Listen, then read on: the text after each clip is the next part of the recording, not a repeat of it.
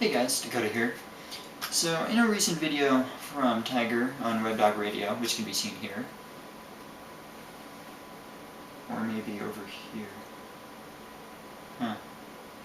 Anyway, in that video he talks about some of his older paintball guns and invites those of us who have a bunch of old guns to make some reviews on them, so I thought I'd take a stab at it. So I actually have two guns that I'm going to talk about, the first of which is my Tippmann SL68 II.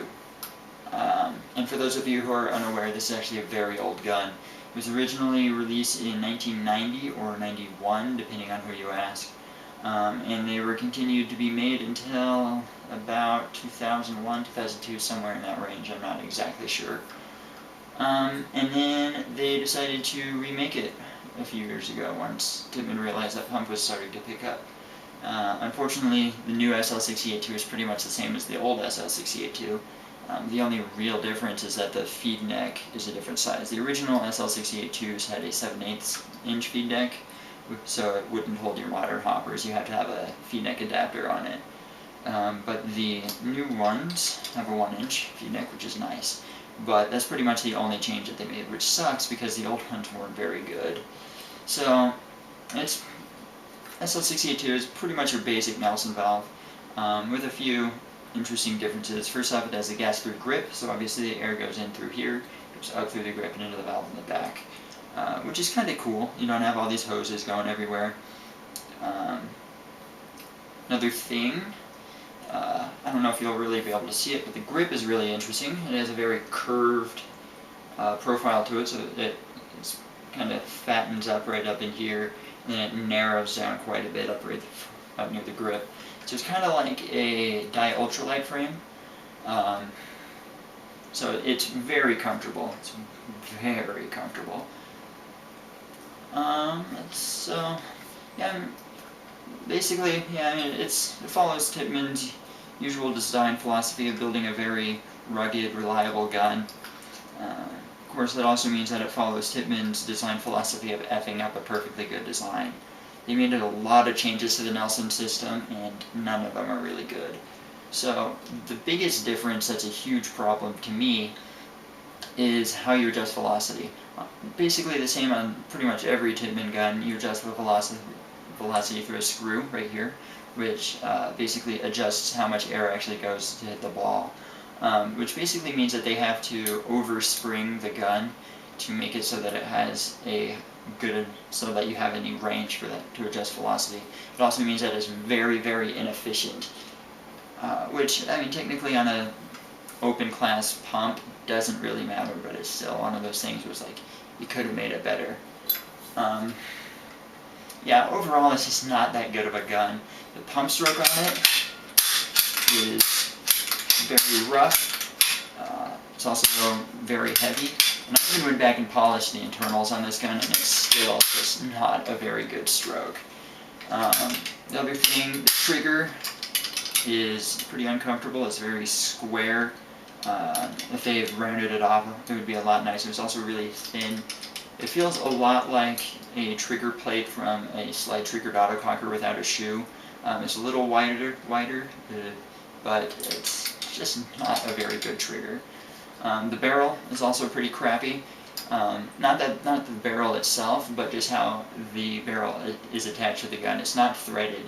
So basically you would loosen up this screw and the whole barrel would just slide right out, kind of like a blazer.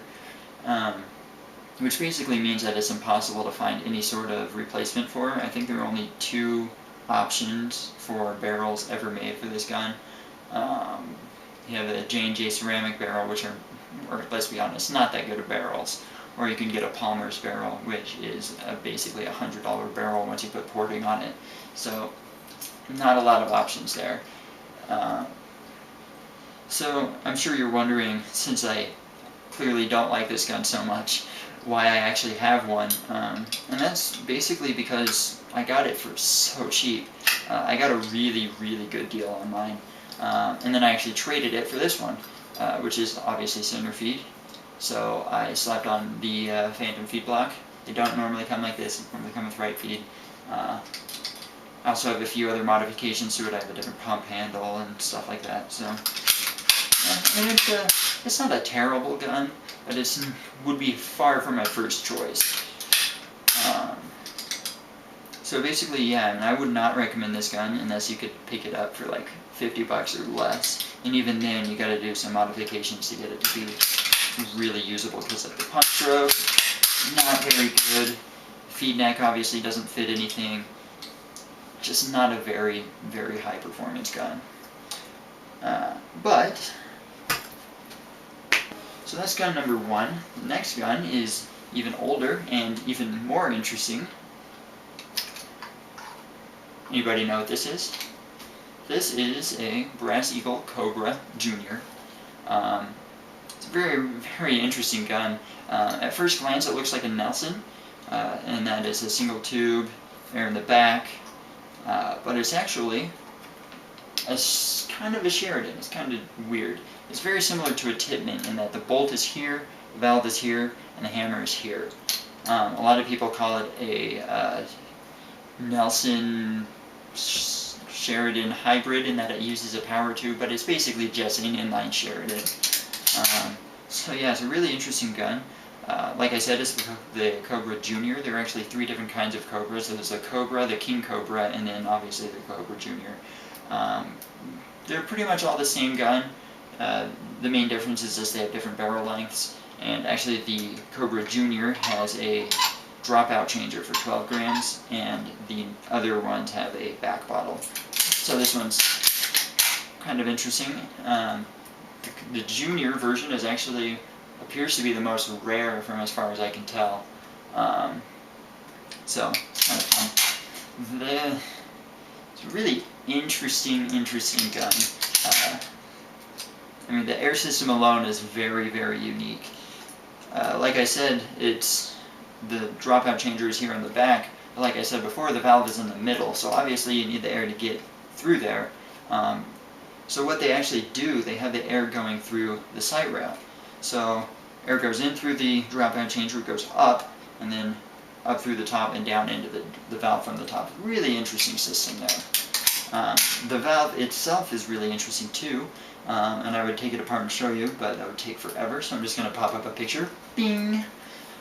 So you can see here, this is the valve stem. The cup seal seals around this edge here, and obviously when the hammer hits it, it pushes it off the seal, and the air actually goes through the valve stem and out the front of the valve and down the barrel to shoot the ball, which is interesting because most guns with an inline valve system, the air goes out around the valve. So I think it's a much smarter system to do it through the valve stem. So kind of cool. Let's see, what else? There's also some interesting things on it. The barrel thread is its own unique thread pattern. It's kind of like a tiger shark barrel, but not quite.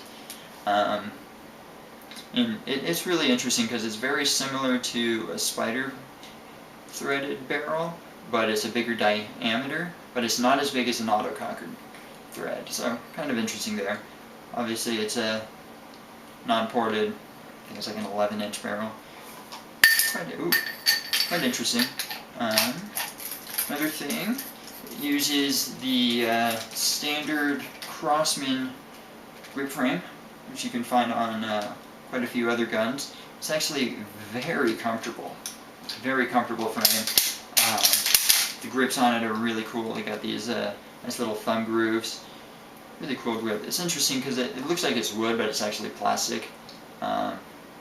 With these, tried to imitate a wood grain on it, which they kind of failed.